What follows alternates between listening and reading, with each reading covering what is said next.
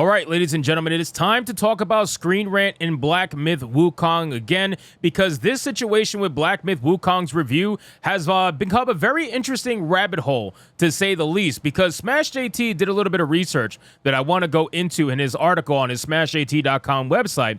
But this particular article that he has talks about the fact that Screenrant's recent reviewer, you know, the amazing game reviewer that decided to make diversity, equity, and inclusion something to dock points off of when it comes to a video game, well, apparently, they also work for a consultancy firm. Put a ticket in and make a name gay!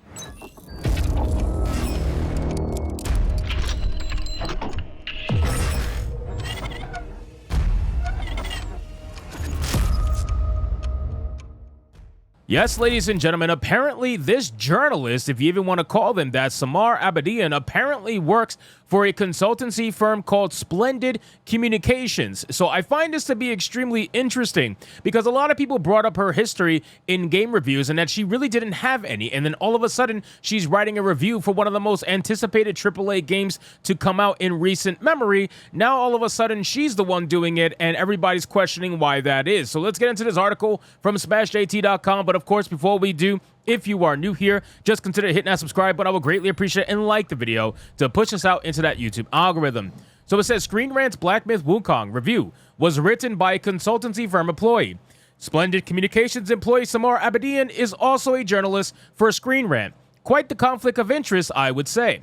The integrity of game journalism has come under scrutiny quite a bit as of late, especially with controversies surrounding reviews and their underlying motives, but this is just beyond wild. Now, again, to catch you guys up in case you somehow missed my video prior, what ended up happening was Samar Abedian wrote this review for Screenrant on Black Myth Wukong, and then after 4 hours of the review being live, they decided to delete her off of their review and claimed it was due to her safety. They wanted to spin this narrative about suddenly all the angry online nerds are trying to attack this woman in a way that's actually going to cause her physical safety harm. Obviously, it's absolutely ridiculous, and they're just trying to use that to bolster their narrative of, oh, angry white chuds are mad at females. The review of Black Myth Wukong by Screenrant gave the game 3 out of 5 stars, citing a lack of inclusivity and diversity. However, what I'm going to get into exposes the layers of the critique and how it extends well past mere game analysis.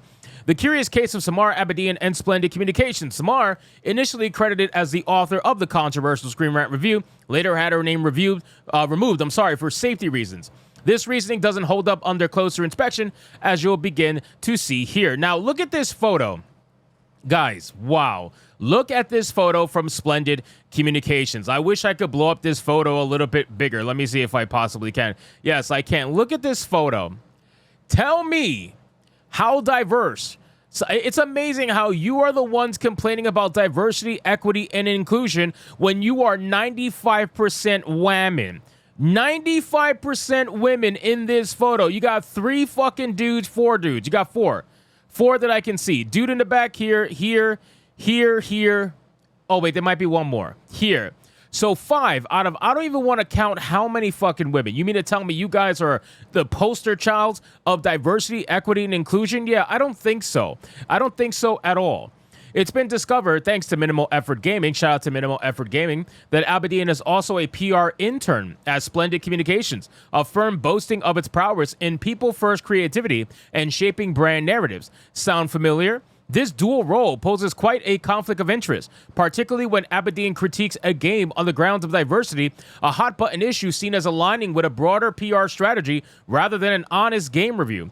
Let's remember that Black Myth Wukong is based on Chinese mythology, and the idea of diversity shouldn't even be part of the conversation in particular, but hey, details, am I right? Now, again, I think it's hilarious. I've said this on so many streams, right? On Hypnocast, on Saturday Night Hypnosis.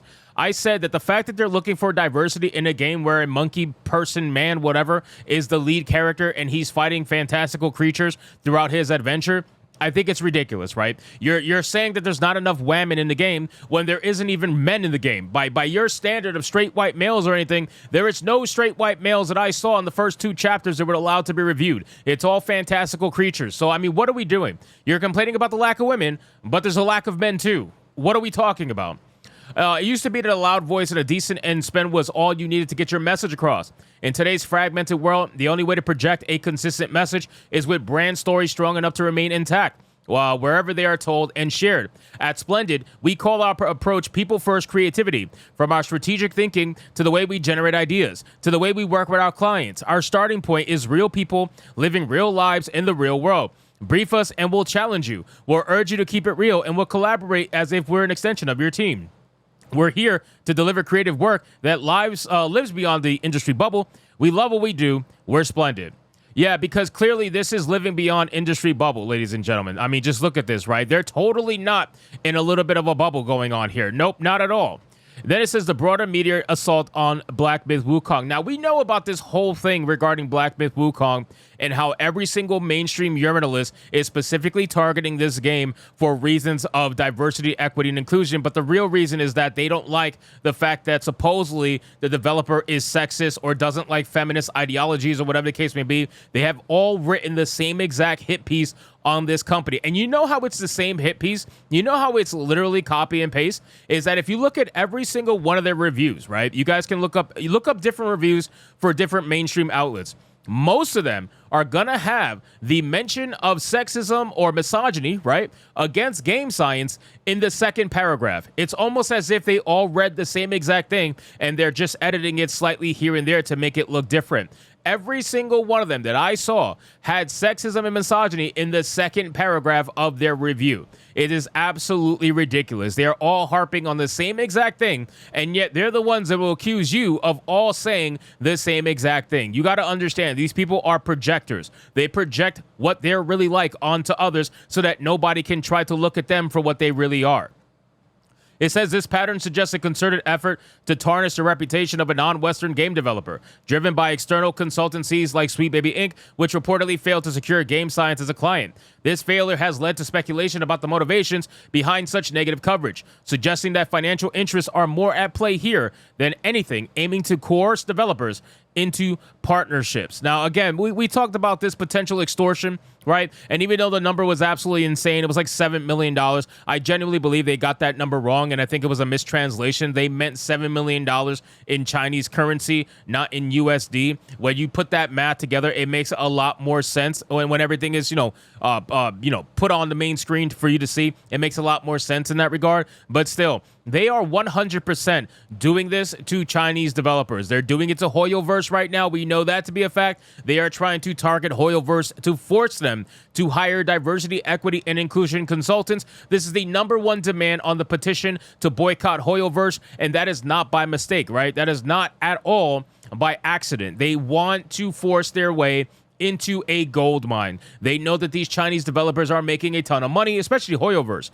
Game science, this is a little bit new, but in terms of Hoyoverse, they are making an insane amount of money. So, of course, a diversity, equity, and inclusion consultancy firm is going to try to be a hot button for that company. They want this so bad to get money from them, but they're just never going to do it because the Chinese developers don't care. They don't give a shit about your DEI mandates and all the other nonsense. You can call them whatever the fuck you want. They're going to ignore you and keep doing what they're doing. So we're going to see what ends up happening from this. I'm sure that Samar is going to write more reviews for Screenrant, but I think that, like I said on live streams, I think that they're going to come out with some sort of victim post, whether on their actual Twitter page or on their website. They're going to talk about how Samar was targeted by a hateful campaign of bigots and chuds and all this stuff. They're going to do it. They're going to do it one way or another. So anyway, guys, thank you so much for watching this video. Hope you did enjoy it. If you did, consider leaving me a subscribe. I would greatly appreciate it. Don't forget to like the video, comment, let me know what you thought, and I'll see you guys on the next one. Hypnotic out.